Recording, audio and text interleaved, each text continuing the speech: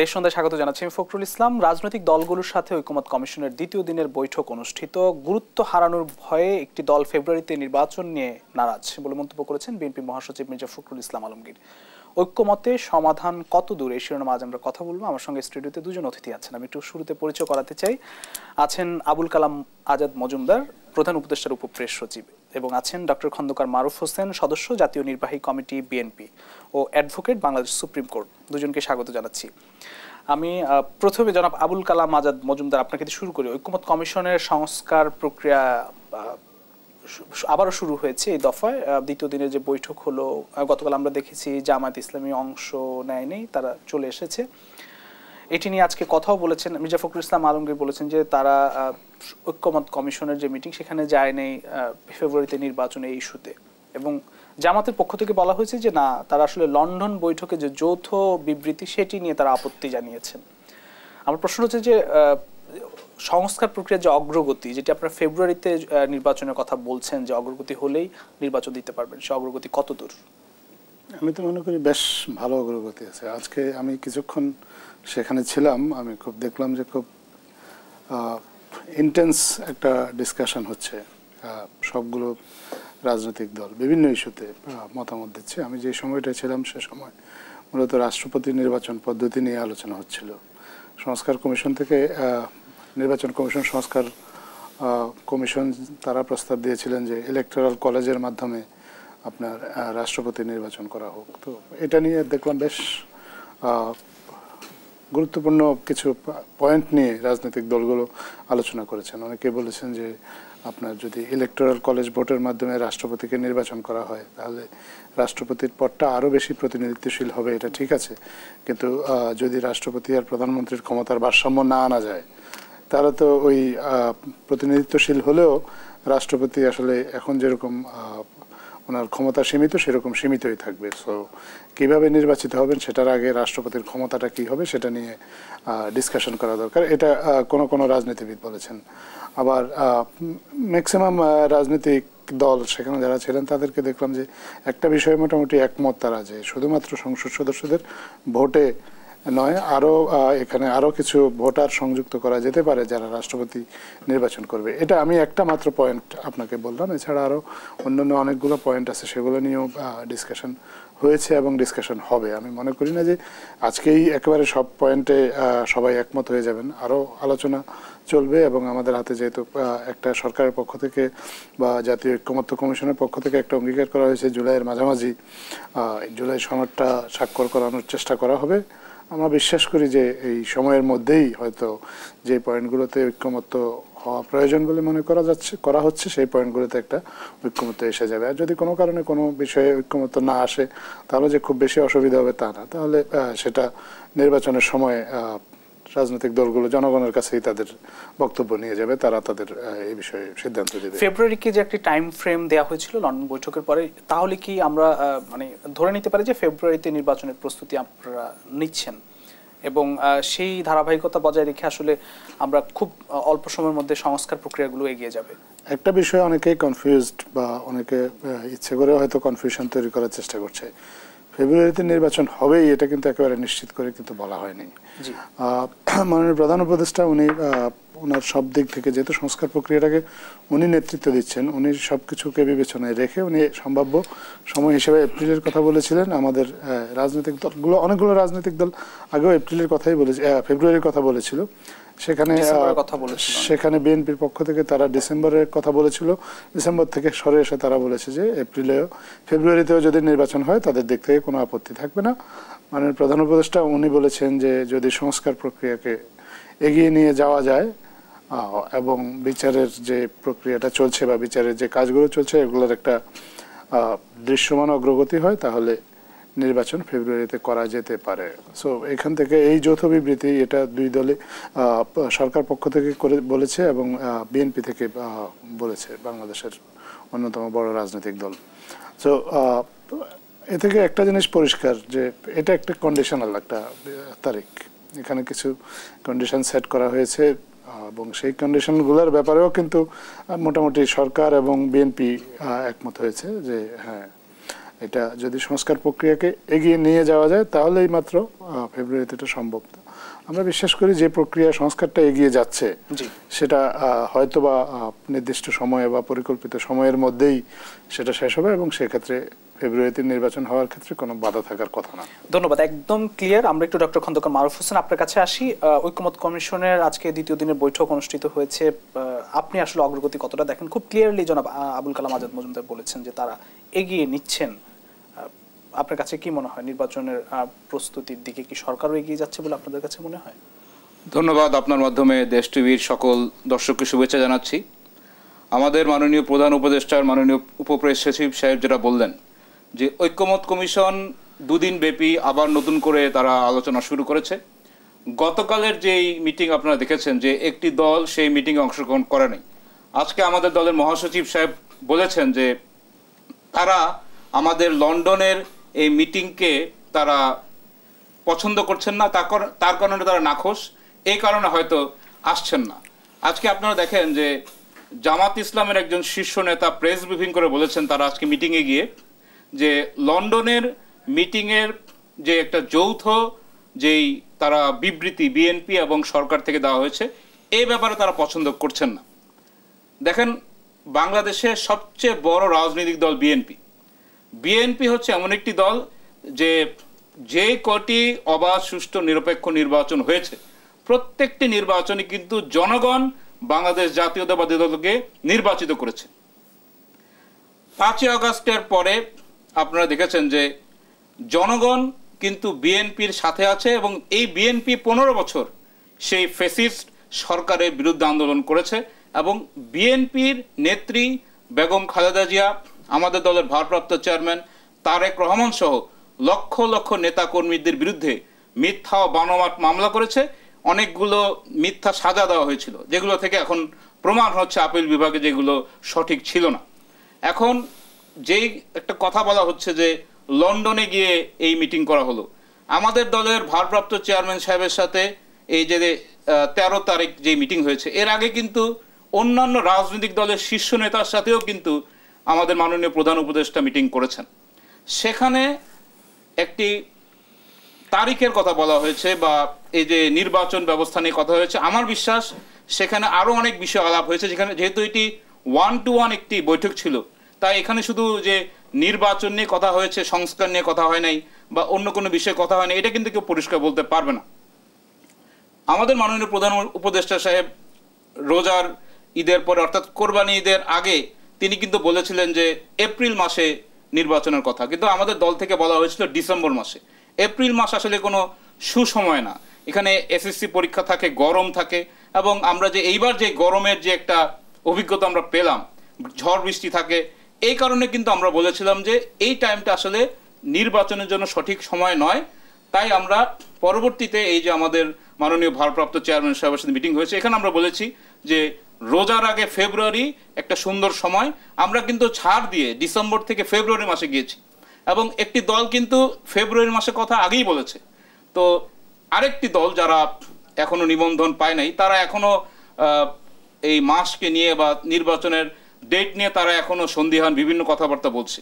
তা আমাদের বক্তব্য হচ্ছে যে এই যে ঐক্যমতের যে মিটিং হচ্ছে এগুলো প্রায় আমি মনে করি যে সদিচ্ছা সরকারের থাকলে এগুলো কিন্তু আমরা একটা অবস্থানে যেতে পারি। যেমন মনে করেন প্রধানমন্ত্রী রাষ্ট্রপতির ক্ষমতার ভারসাম্য, এটা আমাদের 31 দফা রাষ্ট্র মেরামত আমাদের যেই সংস্কার যে প্রস্তাব এখানে আছে। প্রধানমন্ত্রী 2 টার্মের পরে 3rd টার্ম থাকতে পারবেন না, এটা আমাদের এখানে আছে। 70 অনুচ্ছেদ সংস্কারের কথা বলা আছে, এখানে বলা আছে যে 2 কক্ষ বিশিষ্ট পার্লামেন্ট। অনেক বিষয় কিন্তু এই বর্তমান সরকারের সাথে কিন্তু সংস্কার কমিশনের যেই প্রস্তাবগুলোর সাথে মিলে যায়। তা আমি মনে করি যে এই যে বিষয়গুলো সদিচ্ছা থাকলে অবশ্যই খুব দ্রুততার সাথে এই সংস্কারগুলো করে ফেব্রুয়ারি মাসের মধ্যে একটি নির্বাচন করা সম্ভব এবং আমি মনে করি বাংলাদেশের মানুষ এই নির্বাচনে ভোট দেওয়ার জন্য তারা সকলে ঐক্যবদ্ধভাবে অপেক্ষা করছে। সরকার কিন্তু বলেছে যে সরকারের পক্ষ থেকে সংস্কার এবং বিচারের অগ্রগতি মানে অগ্রগতির উপর নির্ভর করবে আর কি ফেব্রুয়ারিতে নির্বাচন। সেই অগ্রগতি আসলে আপনারা কতটা দেখেন? আপনারা দেখছেন যে ইতিমধ্যে আবার দ্বিতীয় পর্যায়ের আলোচনা শুরু হয়েছে। আর বিচারের কথা বলেন, বিচার কিন্তু একটি চলমান প্রক্রিয়া, অনেকগুলো মামলা হয়েছে।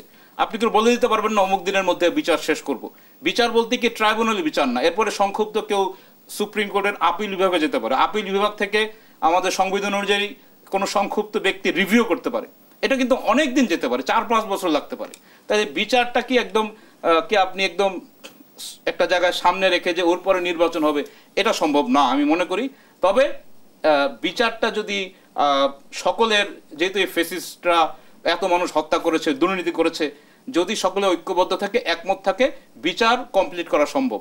আর সংস্কারটাও কি দিনক্ষণ বলে শেষ করা যাবে না, এটিও চলমান প্রক্রিয়া, যুগের সাথে সংস্কারের প্রয়োজন। সরকারের অগ্রগতি কতটা দেখছেন? সরকার, আমি মনে করি যে তাদের সদিচ্ছা থাকলে, সরকার যদি চায় এটা করতে পারে। তারা বলছে যে তাদের অগ্রগতি রয়েছে। আজকে জনাব আলী রিয়াজ সাহেব তার প্রেস ব্রিফিংয়ে বলেছেন যে প্রায় অনেক ক্ষেত্রে একমত হওয়া যাচ্ছে। আমি মনে করি যে সরকার রেডি থাকলে সঠিক সময়ে এই সংস্কার সম্ভব এবং আমরা নির্বাচনের দিকে যেতে পারি। ঠিক, ধন্যবাদ। আমি একটু আবারও যেতে চাই জনাব আবুল কালাম আজাদ মজুমদার আপনার কাছে। বিএনপির সিনিয়র যুগ্ম মহাসচিব রুহুল কবির রিজভী বলেছেন যে সংকট কাটেনি, দ্রুত নির্বাচনী প্রতিশ্রুতি পূরণ করুন সরকারের উদ্দেশ্যে বলেছেন। আসলে সংকটটা আপনার কাছে কি নিয়ে? এখন কোনো সংকট দেখেন? আমি তো কোনো সংকট দেখি না, আমি তো সম্ভাবনা দেখি সবসময়। আমি মনে করি যে আমাদের একটা নতুন সুযোগ এসেছে। এর আগে আমাদের মানুষ ভোট দিতে পারে নাই, টানা 3টা নির্বাচনে ভোট দিতে পারে নাই, এবং আমাদের অনেক নবীন ভোটার আছে, তারা জীবনেও কখনো ভোট দিতে পারে নাই তাদের জীবদ্দশায়। এমনকি আমিও অনেক দিন ভোট দিতে পারি নাই।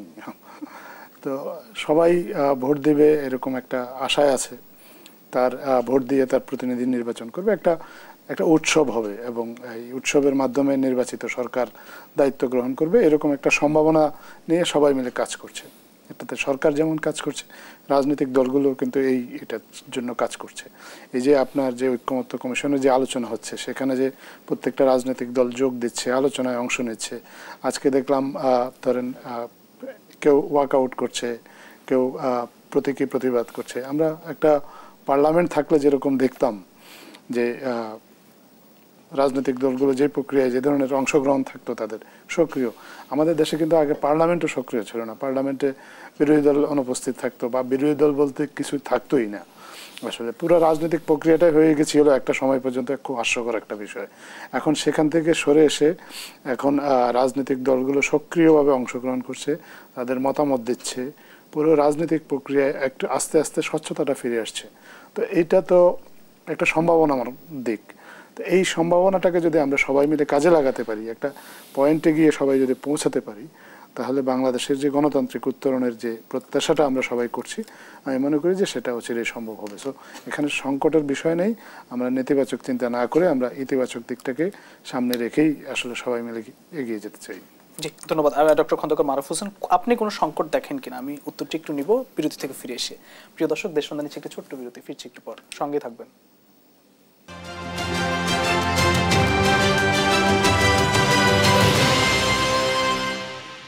দেশ সন্ধ্যা আরেকবার স্বাগত জানাচ্ছি। আমি ডক্টর খন্দকার মারুফ হোসেন। আপনার কাছে যে প্রশ্ন ছিল, জনাব রুহুল কবির রিজভী বলেছেন সংকট কাটেনি, দ্রুত নির্বাচনী প্রতিশ্রুতি পূরণ করুন সরকারের উদ্দেশ্যে বলেছেন। সংকট আসলে কি নিয়ে আপনাদের দৃষ্টিতে এখন?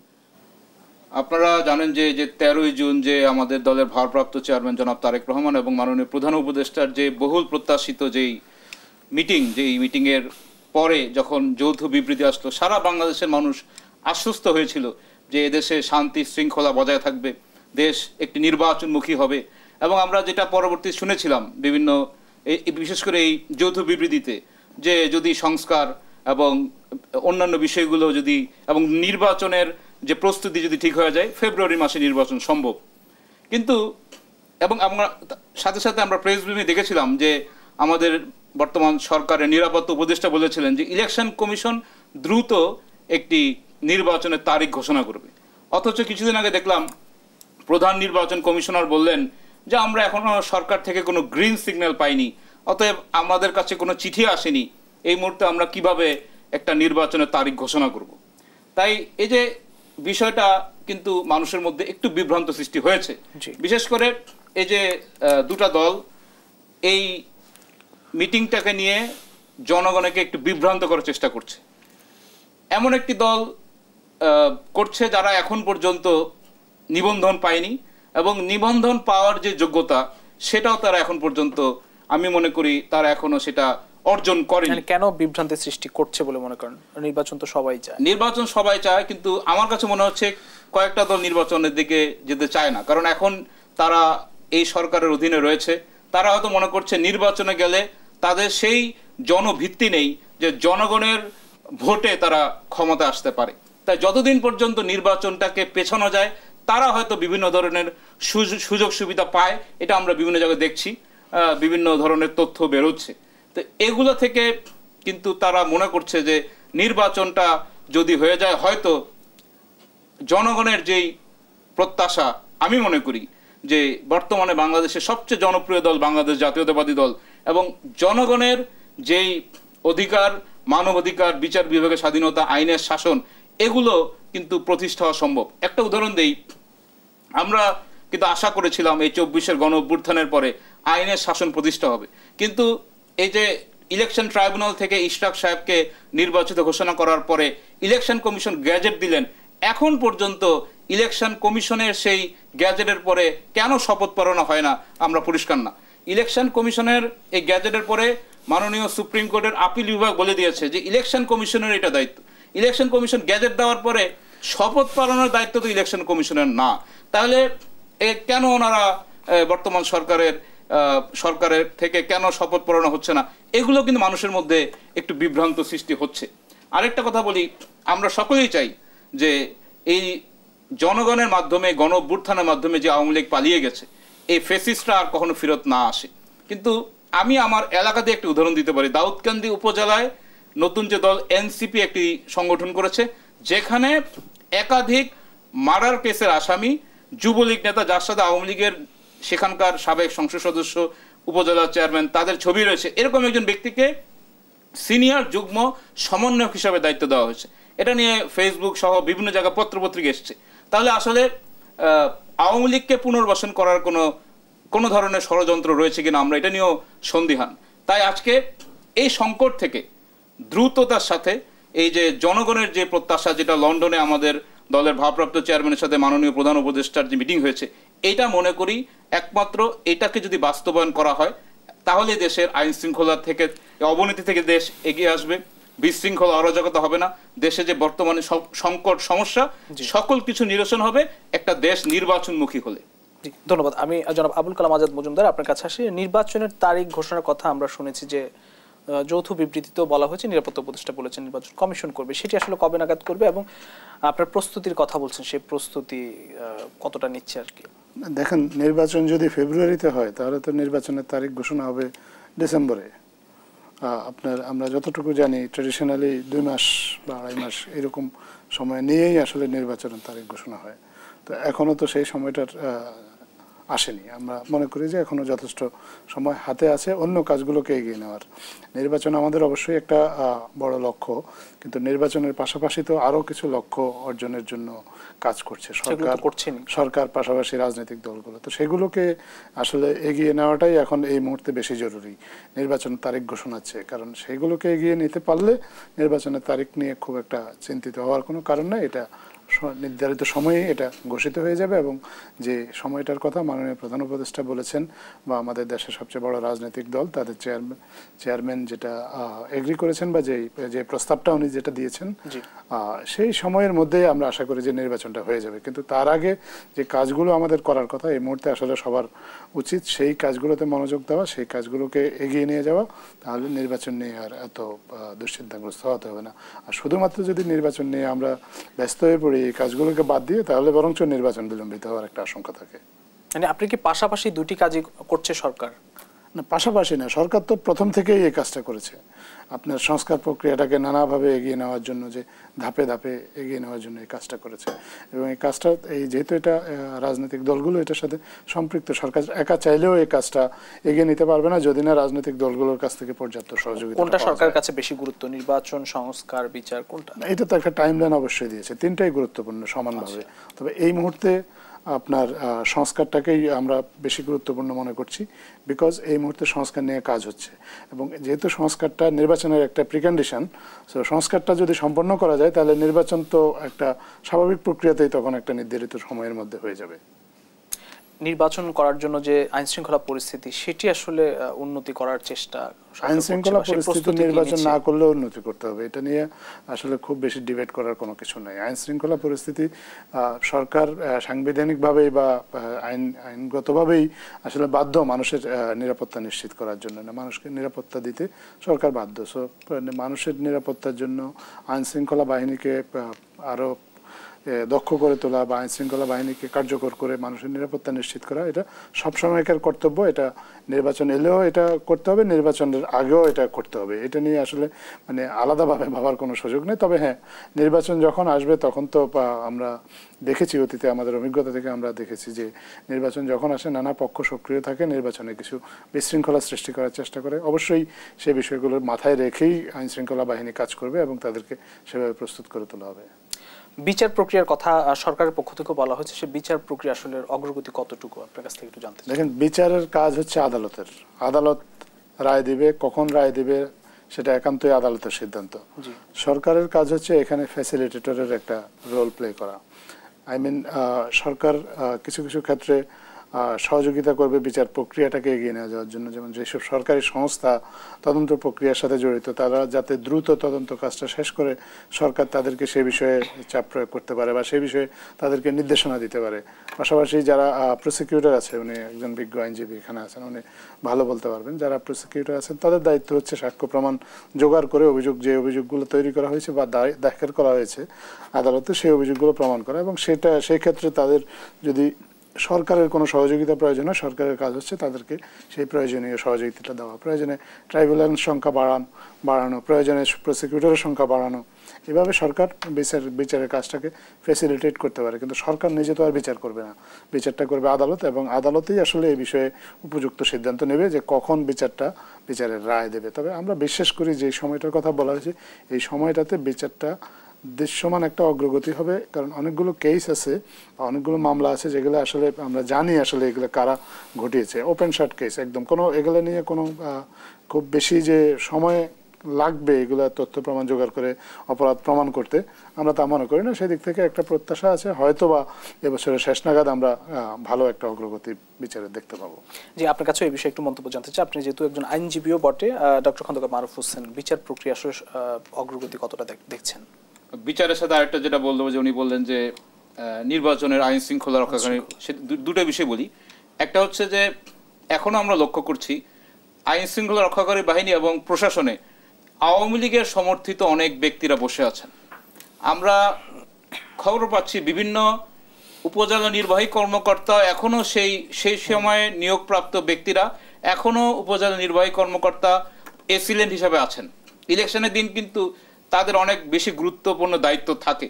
তাই এখনো যদি এর ধরনের ব্যক্তিরা যদি দায়িত্বে থাকেন, আদৌ নির্বাচন সুষ্ঠু গ্রহণযোগ্য করার ক্ষেত্রে তারা ভূমিকা রাখবেন কিনা, এটা আমাদের সন্দেহ। দ্বিতীয়ত হচ্ছে বিচারের ব্যাপারটা। আমরা দেখলাম কিছুদিন আগে যে লাইভ সেই শেখ হাসিনার যে প্রথম বিচারটার চার্জশিটটা পড়ে শোনানো হলো, আদালত সেটা আমলে নিয়েছে। এরপরে পরবর্তী তারিখে আমরা আশা করেছিলাম যে চার্জ গঠন হবে, সেটা না হয়ে পত্রিকায় বিজ্ঞপ্তি দেওয়া হলো। আমরা দেখেছি কয়েকটা পত্রিকা এসছে। তো এরপরে চার্জ গঠন করা হলে চার্জ গঠনের সময় ডিসচার্জ পিটিশন আসতে পারে। এখানে আমরা দেখলাম যে প্রথমত এই বিচারটার কথা বলি, এই মামলাটায় দুজন পলাতক, একজন জেলে আছেন, তিনি ডিসচার্জ পিটিশন দিবেন, সেটার উপর আলোচনা হবে। সেই আদেশের বিরুদ্ধে ওনারা উচ্চ আদালতে যেতে পারেন। এরপরে 81 জন সাক্ষী দেওয়া হয়েছে, সাক্ষী দিবেন 81 জন ব্যক্তি। 81 জন ব্যক্তিকে একদিনে 8-10 জন করে সাক্ষী দিলে কিন্তু আন্তর্জাতিক মানের কোনো বিচার হয় না। সেখানে অপোজিট পার্টিকে জেরা করতে সুযোগ দিতে হবে, অনেক ডকুমেন্টেড এভিডেন্স, ভিডিও দেখাতে হবে। তাই আমি মনে করি এটা কোনো টাইম ফ্রেম দিয়ে একটি বিচার সম্ভব না, এবং তাড়াহুড়া করলে কিন্তু কোনো আন্তর্জাতিক মানের বিচার হয় না, যেটা কিন্তু পরবর্তীতে এই বিচারটা প্রশ্নের সম্মুখীন হবে। তাই বিচার প্রক্রিয়া চলমান। আমাদের দল থেকে কিন্তু বলা হয়েছে যে যদি আমরা জনগণের ভোটে রাষ্ট্র ক্ষমতায় আসি, আমরা এই বিচার কন্টিনিউ করব, এবং সরকার ট্রাইব্যুনালকে সার্বিক সহযোগিতা করবে। প্রসিকিউশন যেই প্যানেল রয়েছে এরাও অনেক অক্লান্ত পরিশ্রম করছেন, কিন্তু আদালতের বা ট্রাইব্যুনাল কিছু নিয়মকানুন আছে, এই নিয়মকানুনকে অ্যাভয়েড করে কিন্তু বিচার দ্রুত করার কোনো সুযোগ নেই। তাই আমি মনে করি যে নির্বাচনকে সামনে রেখে বিচার শেষ করে নির্বাচনের দিকে যাব, এটা অনেক দিনের ব্যাপার, 3-4 বছর লাগতে পারে। সুতরাং বিচারটা আমি মনে করি কোনোভাবে নির্বাচনকে বাধাগ্রস্ত করার সুযোগ নেই। আর সংস্কারের ব্যাপারে ইতিমধ্যে আমাদের দল থেকে প্রত্যেকটি মিটিংয়ে যাচ্ছে, আমরা সার্বিকভাবে এই সহযোগিতা করতে যে সরকারকে সর্বশেষ স্থায়ী কমিটি মিটিংয়ে বলা হয়েছে যে আমরা সার্বিকভাবে সব ধরনের সহযোগিতা করে এই সরকারকে দ্রুত সংস্কার শেষ করে নির্বাচনের দিকে যাওয়ার যা করা প্রয়োজন আমরা তাই করব। অতএব আমি মনে করি যে আমরা দল হিসাবে সংস্কারের পক্ষে এবং সরকারকে সহযোগিতা করছি, এবং সরকারের সদিচ্ছা থাকলে অবশ্যই এই রোজার আগে নির্বাচন করা সম্ভব। অসংখ্য ধন্যবাদ। আমি একটু বিরতি থেকে এসে আবারও আলোচনায় ফিরতে চাই। প্রিয় দর্শক, দেশ সন্ধ্যা নিচ্ছি আরও একটি বিরতি, ফিরছি একটু পর, সঙ্গেই থাকবেন।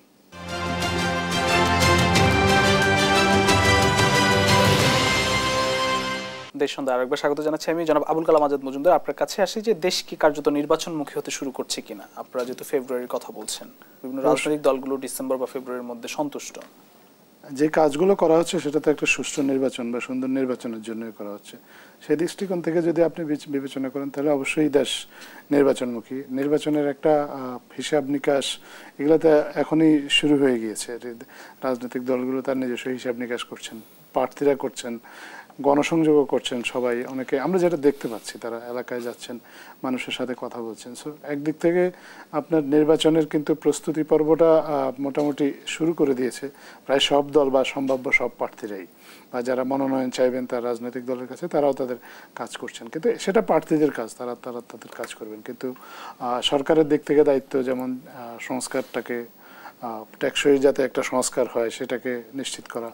নির্বাচন কমিশনের একটা কাজ, তারা যাতে নির্বাচনের যে আনুষঙ্গিক যে প্রস্তুতিগুলো আছে সেগুলো যাতে তারা ঠিকঠাক মতো নিচ্ছে, এগুলো তারাও নিচ্ছে। ভোটার তালিকা হালনাগাদ করা, প্রত্যেকের যার যে জায়গায় আছে সেই জায়গা থেকে আসলে নির্বাচন নিয়েই কাজ করছেন। নির্বাচনমুখী চিন্তাভাবনাকে মাথায় রেখেই কিন্তু তারা কাজটা করছেন। সেই দিক থেকে মনে করি যে নির্বাচনের আসলে উৎসবটা ইতিমধ্যেই কিছুটা হলেও শুরু হয়ে গেছে। ভোটার তালিকা হালনাগাদের আসলে অগ্রগতি কি? এটা তো নির্দিষ্ট সময় হয়। আপনি জানেন যে একটা জানুয়ারিতে হালনাগাদ শুরু হয়, মার্চে গিয়ে হালনাগাদের এটা তথ্য প্রকাশ করে। তো এখন এবছরেরটা তো এর মধ্যেই হয়েছে। নির্বাচন কমিশন আসলে আপনাকে ভালো একটা ব্যাখ্যা দিতে পারবে তাদের অগ্রগতি। কিন্তু আমরা বিশ্বাস করি যে যারা নতুন ভোটার হয়েছেন ওই তারিখের আগে যারা ভোটার হয়েছেন তারা সবাই ভোট দিতে যেতে পারবেন যে তারিখে নির্বাচন হয়। বিএনপির সঙ্গে লন্ডন বৈঠকের আগে বলা হচ্ছিল যে বিএনপির সঙ্গে সরকারের একটি বিশাল দূরত্ব ছিল, সেই দূরত্ব কি ঘুচেছে?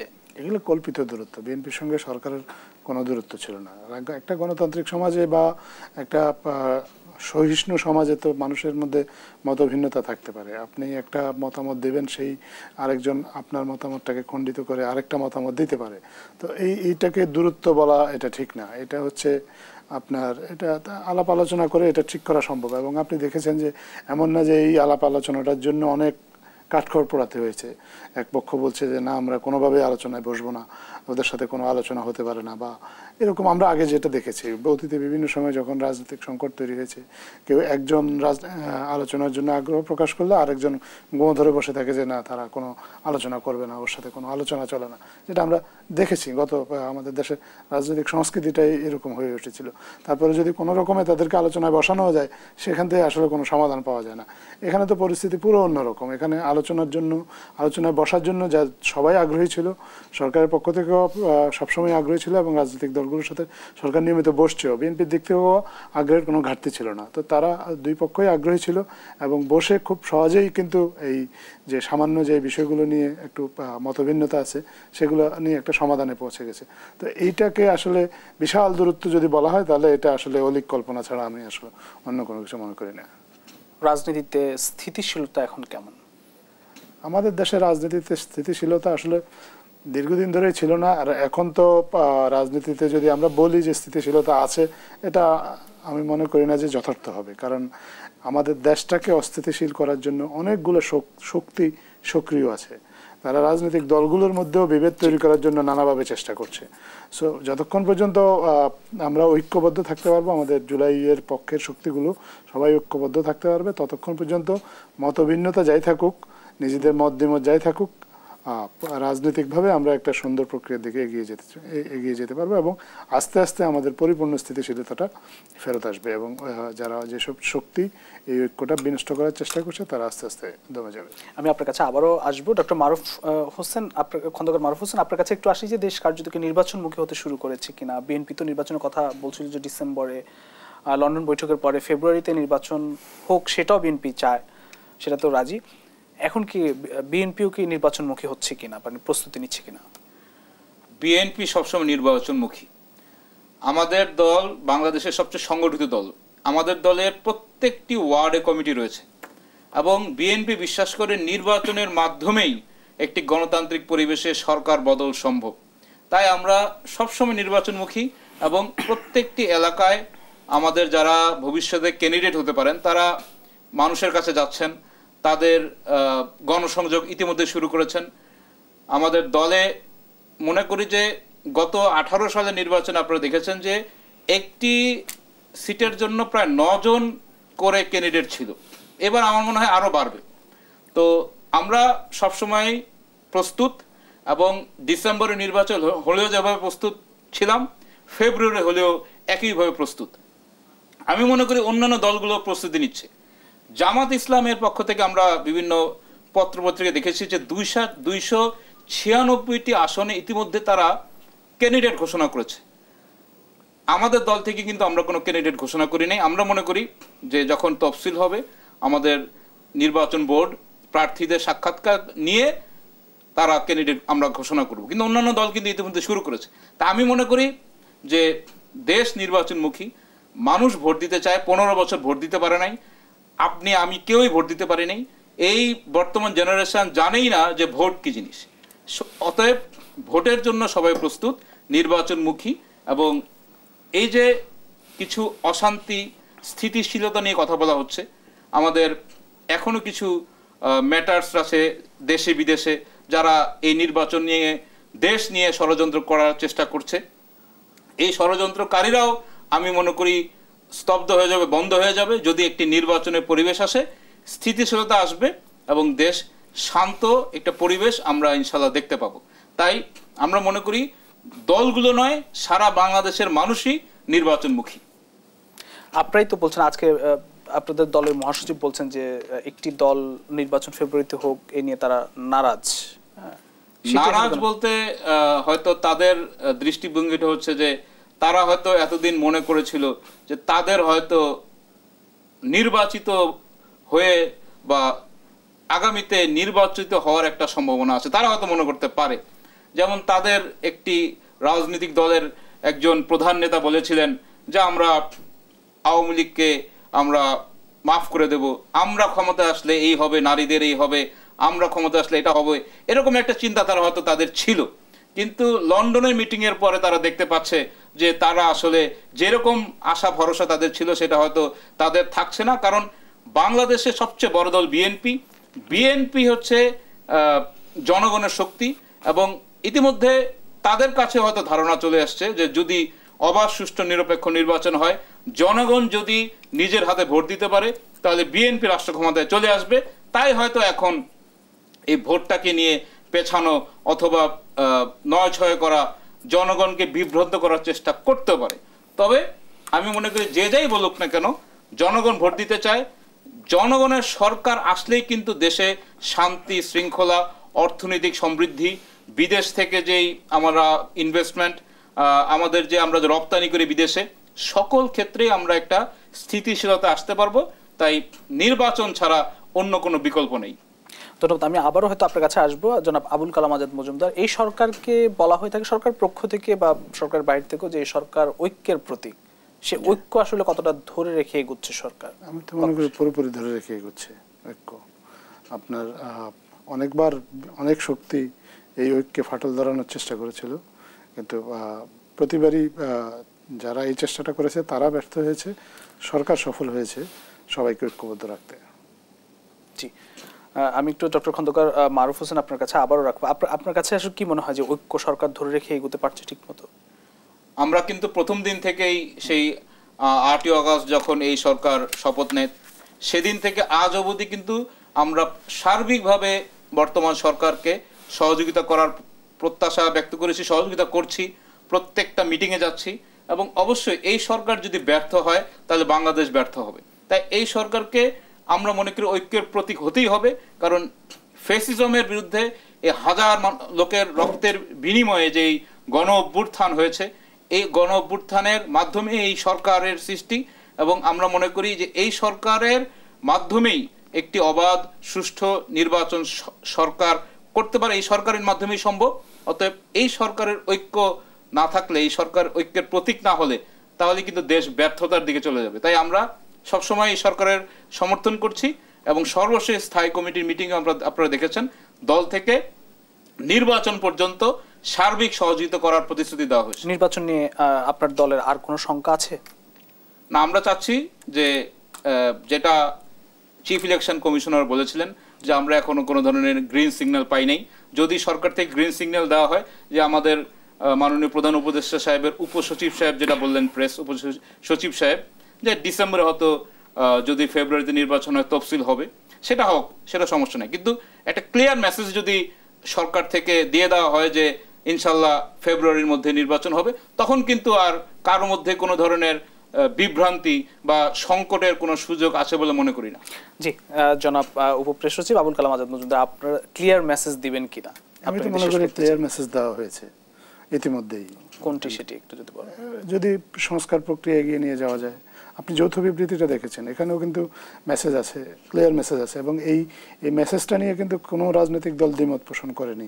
জামাতের পক্ষ থেকে যেটা বলা হয়েছে, তারা কিন্তু বলেনি যে ফেব্রুয়ারিতে নির্বাচনের সময় কেন ঘোষণা করা হলো, এটা নিয়ে তাদের আপত্তি আছে। তারা যৌথভাবে সংবাদ সম্মেলন করে কেন ঘোষণা করা হলো সেটা নিয়ে তারা তাদের অভিমানের কথা বলেছে, বা সেটার একটা প্রতীকী প্রতিবাদ তারা করেছে। কিন্তু সময়সীমাটা নিয়ে তো তারাও কোনো আপত্তি করেনি, বিএনপির পক্ষ থেকেও আপত্তি করেনি, সরকারও এখনও বলেনি যে সরকার যে সময়ের কথাটা সম্ভাব্য সময়সীমাটা বলেছে, তাদের এই সময় থেকে সরকার সরে এসেছে।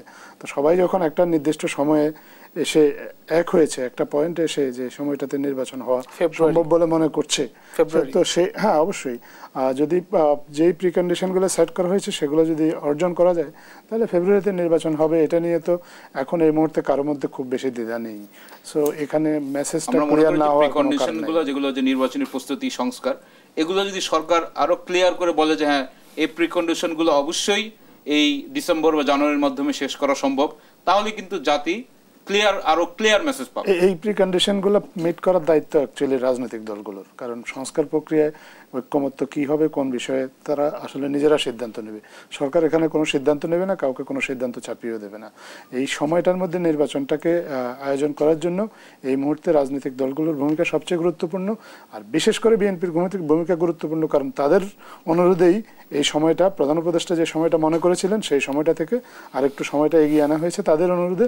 আমি মনে করি এই ঘটনার পর বা এই আলোচনার পর তাদের রেসপন্সিবিলিটিটাও আরেকটু বেড়ে গিয়েছে, যাতে তারা এই প্রক্রিয়াটাকে এগিয়ে নিয়ে। আমরাও বিএনপি থেকে মনে করি যে আমরা এনশিওর করছি যে আমরা সর্বাত্মক সহযোগিতা করে এই সংস্কার প্রক্রিয়া যাতে দ্রুততার সাথে শেষ হয়, বিএনপি সার্বিক সহযোগিতা করবে।